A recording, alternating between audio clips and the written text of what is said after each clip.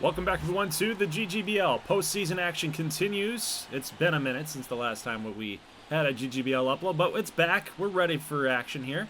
Get the Firebirds up 1-0 over the Boston Revolution. They're going to go with Neto Montoya. 13-game winner here for game number 2 on the opposition. We've got Chucky Myers, 7-8. Solid ERA for GGBL standards. We're going to jump here into the bottom of the second inning. We got a double play ball here. Ward to Jupe Rana, back from the first base. That's a nice double play turned for the youngster Chucky Myers. However, base hit by Chuck Storm will keep the Firebirds alive here in the bottom of the second inning. We've got the next batter up, Hannibal Lobo, down 1-2, and Myers is able to nip the corner there on strike 3 called. Lobo, very tough hitter to trick, but Myers wins the battle there. Let's jump here to the top of the third. 3-2 count to Rafi Weiss. He'll strike out. This guy's been around for a minute since GGBL Season 1, all the way back in 2023, if you guys remember him. So still top third. Jupe Rana laying down a bunt, but that might be a little too hard. Hannibal Lobo, slick defender, man. Great play. Speedster barreling down the line as Jupe Rana. You got to be fast if you're going to wear those pink highlight shoes. Yeah, I mean, he almost beat it out. That's what's crazy, but either way, it is out number 2. 2-2 pitch here to Leslie Gorzelski, and that'll open up the scoring. Solo shot off of Montoya. Boston coming back in the series. They are not going to go down without a fight. 2-2 pitch here to Sheldon Minoso. He goes yard. Another solo shot for the Revolution. It is 2-0. And if they can keep this moving, if they can keep that home run ball working against the Firebirds pitching staff, they are going to be in a really good spot here to tie this series up. So we're going to jump now to the bottom of the 4th inning. Myers gets another strikeout to his ledger. Colton Cannon goes down looking. That's number 3. Ground ball here with a man on base with 2 down. Charlie Ward does make the play. Let's jump to the top of the 5th. Another bunt attempt down the line. Man, Jupe Rana's really testing Hannibal Lobo, but he wins the battle there. And it was a perfectly placed bunt, and you can see just the speed that Rana's got. He trusts it. He wanted to try it again. He thought his odds were in his favor. Gorzelski, another home run. 2-run shot, giving Boston the 4-0 lead, and that one was not a cheapie. 434 and a 106 exit velo. Montoya not putting his Firebirds in the best position here now. 4 runs down. Let's jump to the bottom of the 5th as the Firebirds do have. But Jimenez is going to strike out. That's number 4 for Myers. He's got the strikeout pitch working for him. 0-2 pitcher to Drago. He's got a ground ball. Another double play opportunity. Look at this duo up the middle. Charlie Ward and Jupe Rana teaming up to turn the 2.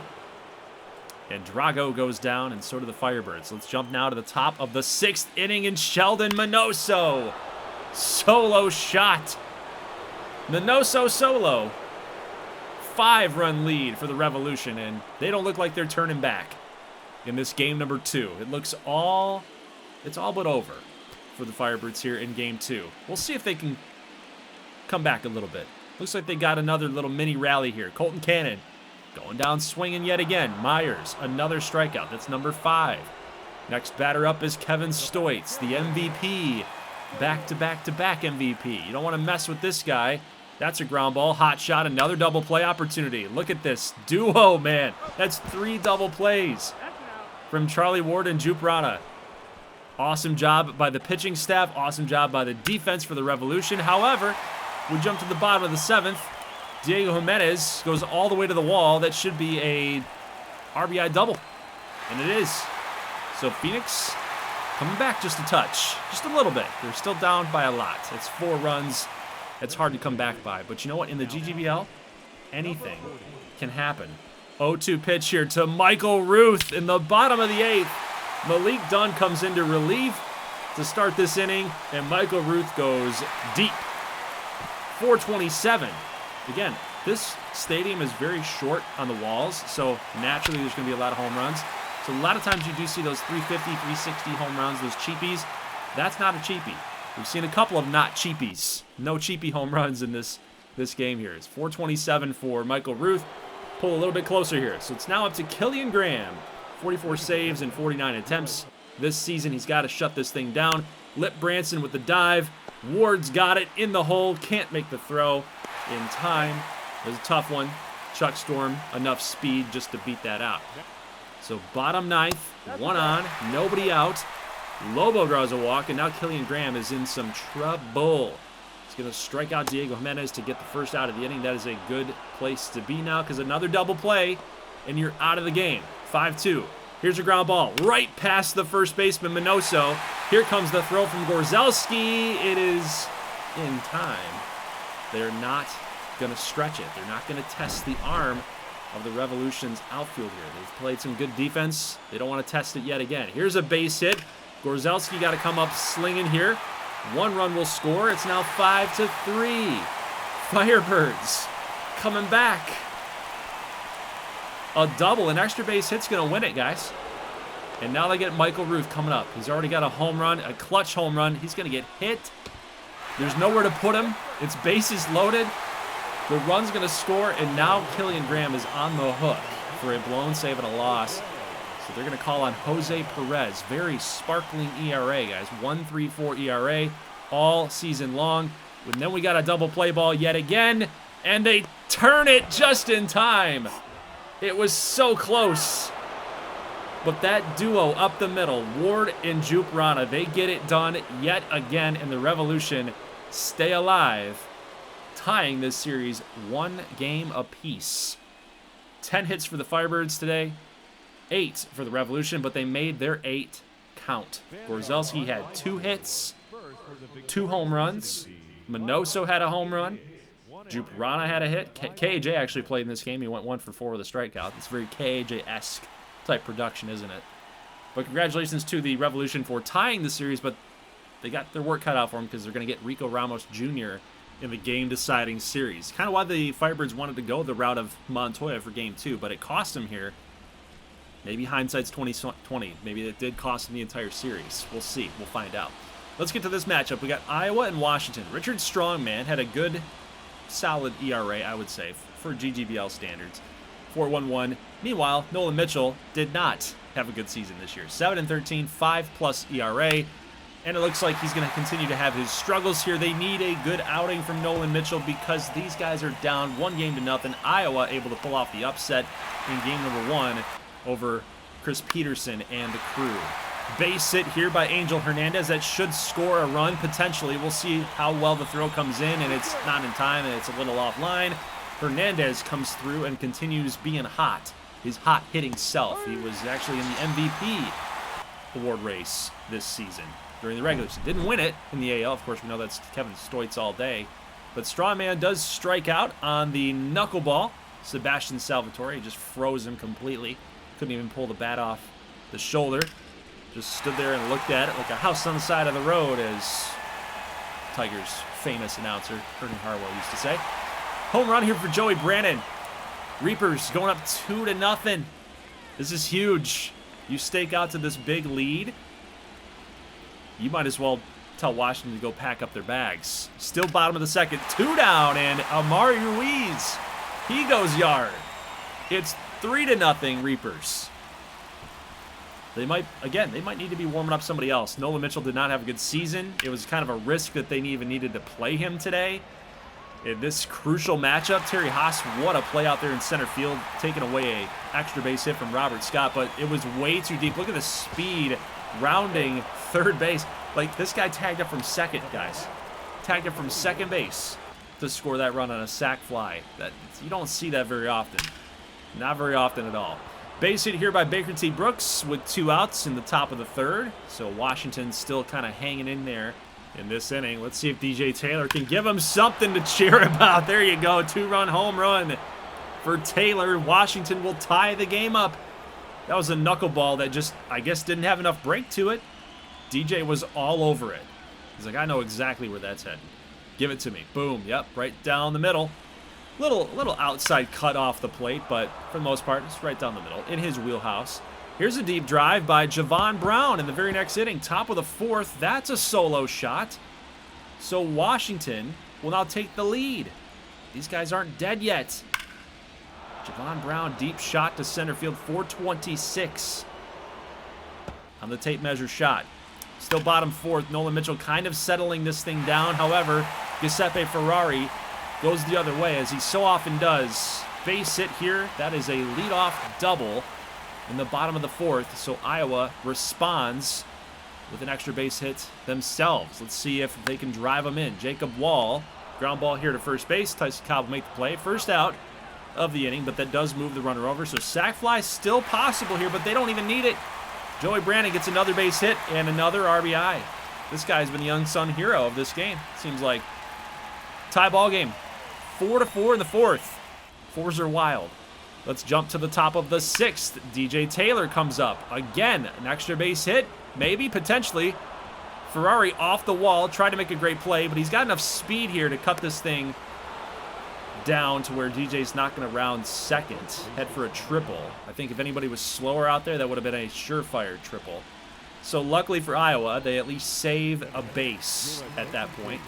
Strawman's day is done, so it's going to be up to Luis Jimenez. Solid ERA, 3.82, 120 strikeouts. So he does have the strikeout pitch in his repertoire, but he does walk Tyson Cobb. It's not a good situation. Jake Taylor got him looking. Four-seamer. Good placement. Here's Javon Brown. Line drive, caught by the left fielder, Angel Hernandez. Nice play. Very nice play. Good read off the bat. Sebastian Salvatore popped him up. Look at the curve on this thing. The wind. It's crazy tonight in Iowa. Whew. Nice play there at first base by Justy Jeffrey. If you drop that thing or if you misplay it, who knows what would happen in this series. It might be a series-changing mistake. Let's go here to the bottom of the sixth inning. Giuseppe Ferrari, base hit. Again, he's got 2 hits now. Madrid gives it up. 1 down. He's going to steal second base easily. Throws a little offline to Salvatore from Taylor. 1-1 pitch here, a little outside. Taylor thrown to third, not in time. Again, another throw from Taylor, just a little bit off. And Ferrari, 2 stolen bases on this at-bat. Not just in the game, but in the at-bat. That's crazy. 2-1 pitch here to Jacob Wall. That's a shot. To the windows, to the wall. Jacob Wall. 2-run homer. It gives the Reapers the lead now.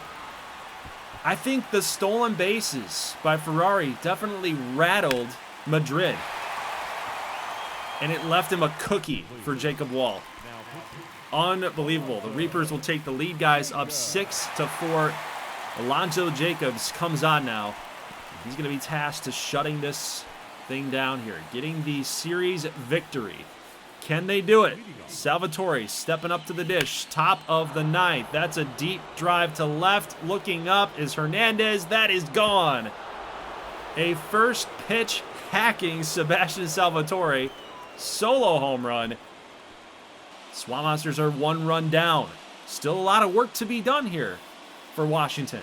So if you're a Reapers fan or if you're rooting for your playoff bracket challenge, I think you guys are still in the driver's seat here. Still got 3 more outs to go. They're going to get Nishii, the number 9-hole hitter. That's an easy one to get, but now it turns to the top of the order. 3-2 pitch here to Whitaker. That is a huge strikeout right there. Now you got to get Robert Scott. Reapers, 1 strike away. They got it. They did it. Jacobs shuts the door. And the Reapers have won their first playoff series since 2023. That would be season 1 if you guys are doing the math on that. Season 1 was their only playoff series victory since we started covering this on YouTube. So for the lore, they've been a more successful franchise in the past, but that's a big thing. The Reapers were one of the scarier teams. We talked about that. We made a joke about that. The Reapers, and they're scary back in season 1, and then they just kind of fell off. But a series win, a playoff series victory, first time since 2023. That is crazy. So congratulations to those guys. Let's get into game number 3, the series deciding game. So Rico Ramos Jr. against Jewel Carver for Boston. And Juke Rana has been a thorn in the Firebirds side this entire series. He's laying down bunts. He's hitting these line drive base hits. He gets one here to start the game off. Rico Ramos Jr. will get the next 2 outs, but now he's got to get Satchel Michaels line drive out there to right field, but Ruth is there to make the catch and the final out of the first inning. So Rana's double does not come to pass. All right, let's get to Jewel Carver's appearance in this ball game. We got Kevin Balladares, the second baseman. Hot-hitting second baseman. He's a good hitter. Gets a double. Leadoff double. So it seems like both teams are kind of trending the same way. They got their leadoff hitter, both with a double. Then, after that, 2 outs. Now you got to face their best hitter, their power hitter. Line drive to left. Both guys went opposite field. Literally the same exact inning for the Revolution and the Firebirds. Kind of goofy. Base hit here in the top of the third for Rana. So again, he's on one more time, giving Rico Ramos Jr. a fit. Going the opposite way for another base hit. 1 down here for Willie Talbot. Line drive to center field. Drago's there. Woof. Man, he's got some range. He's got some speed. But they will tag up on second base to get to third. So now Satchel Michaels in a 3-0 count. Lefty-righty. They love this matchup. Ramos loses the battle here, and I don't really blame him, even if I think that might have been intentional. Just pitch that out there. It's a 3-0 count. Don't let him even swing at it. Don't let him even hit it. Don't even play with fire that he's got the green light on 3-0. Right down the middle. It will end up working out because they got the pop out in foul territory. Let's jump now to the top of the fourth. Ramos there with 2 down. Plays his position nicely. He's so good. He's just so good. Strikes people out. Can play his positions. Mr. Athletic. He's just good, man. Carver's going to set down that half of the inning. So bottom of the fourth for Phoenix. No go.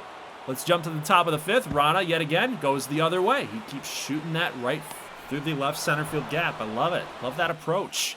Guys throwing 100 miles an hour, you have to do that. Base hit here for Bartolo Machado, and rounding third, headed for home is Juke Rana. He will score. 5th inning. Breaks open the tie, thanks to Machado with the RBI single. Let's jump to the bottom of the 5th inning. Nobody on base. That is a leadoff double at the very least. Here comes the throw from Trevino. And Diego Jimenez is in there with another extra base hit for the Firebirds. 2-2 coming up here to Angelo Ruth. Still nobody down. Got him swinging. Changed him up. Looked like he was right on it, but changeup got him. Again, another changeup here from Carver. He's going to get Chuck Storm to strike out. That's number 3. 2 so far in this inning. Drago swung on through the fastball. Challenged him. They're all pumped up. They're all fired up. Bottom 6, Colton Cannon. Little looper to center. That will fall. Is it going to be enough to get the RBI? We'll see. Here comes the throw home. Not in time. Balladares will score. Colton Cannon comes through with a RBI single. So as good as it was looking there in the previous inning for Carver, he gives up the base hit. He gives up the run. Gives up another base hit here to Kevin Stoitson. Colton Cannon, being the aggressive base runner that he is going to take second, and then he'll take third. Here's a ground ball here. Got to quickly turn this. Going to be tough, but oh my goodness. What a play by Juke Rana and Charlie Ward. Mostly Juke Rana. If they don't turn that, that run's going to score. It then is 2-1 Phoenix instead of still tied 1-1. Rana's going to lose the battle finally here to Ramos Jr. He gets another K. And we're going to jump here to the top of the ninth. 2-2 pitch here, and Gorzelski breaks the tie. It's a solo home run. Boston was down to one more strike, and then the pressure was put on them. They would have had to shut down the Firebirds in the bottom of the ninth. They're still going to have to do it here, but oh my goodness. Gorzelski ties the game up with a solo shot. Davidson blows an opportunity to hold them down. They had 1 strike, 1 out left, and it could be a totally different ball game. Totally different. Instead, Boston has the lead going into the bottom of the ninth. Could we see yet again another upset? Boston takes down Phoenix. Could we see it? Killian Graham comes on. He's going to walk Hannibal Lobo. Not a good start. They're going to pinch run Lobo for Brian Tierney. We don't see a lot of him, but he does have a ton of speed. They're going to try to utilize that and get him into scoring position. Great job by Diego Jimenez to be selfless and move him over. Next batter up, Angelo Ruth, and that worked to perfection. It worked like a charm. That's exactly what they needed to have happen.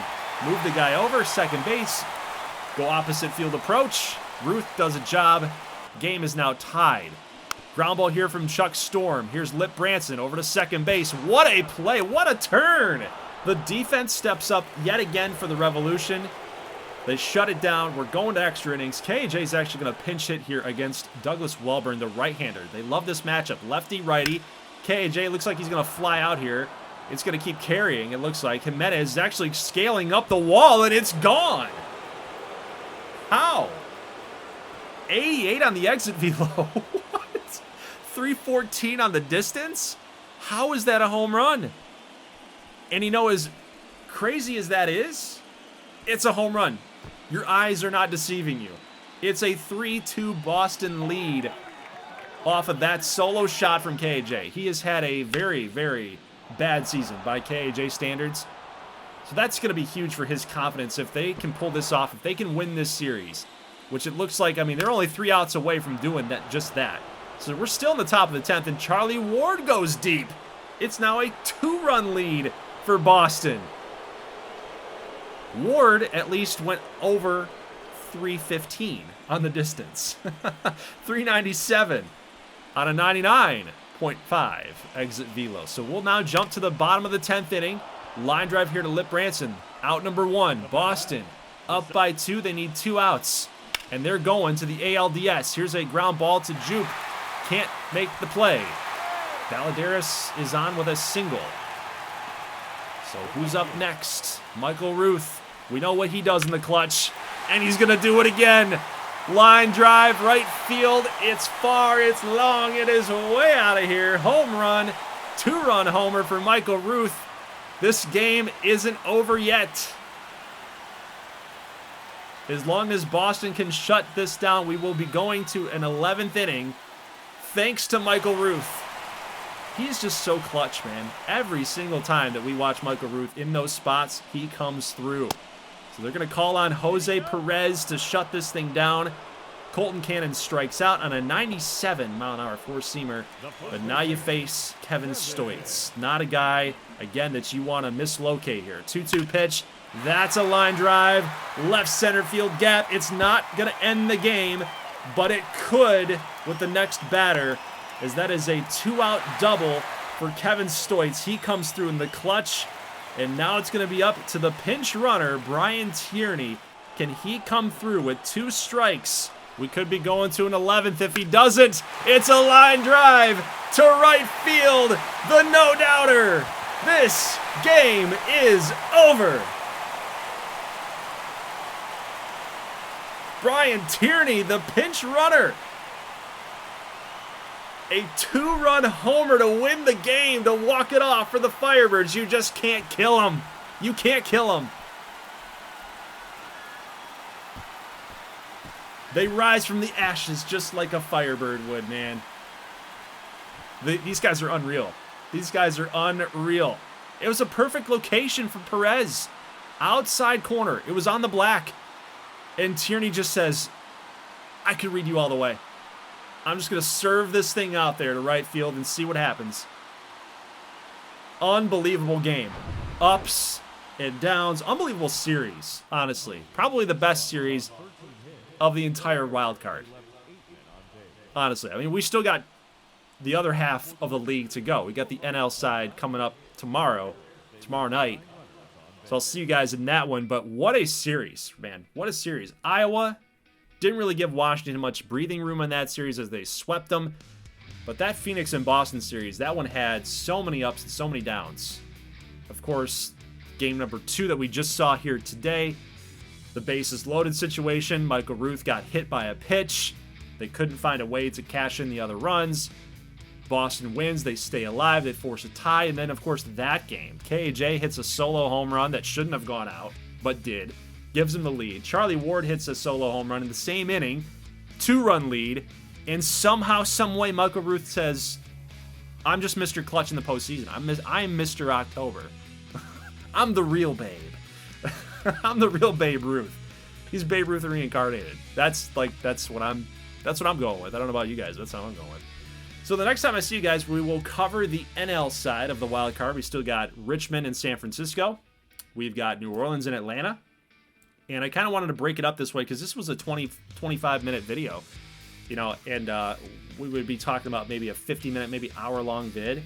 And, you know, it's just a lot of editing. It's a lot of commentating. Just kind of running through it, going solo on this. If I had a color commentator, if I had somebody else like Little Broski, maybe that would do the job. But, you know, hey, we'll split it up. I think it's more fun, a little more dramatic that way anyway. So I'll see you guys here tomorrow night, probably a little bit later, like let's say 9 Eastern, maybe 10 Eastern.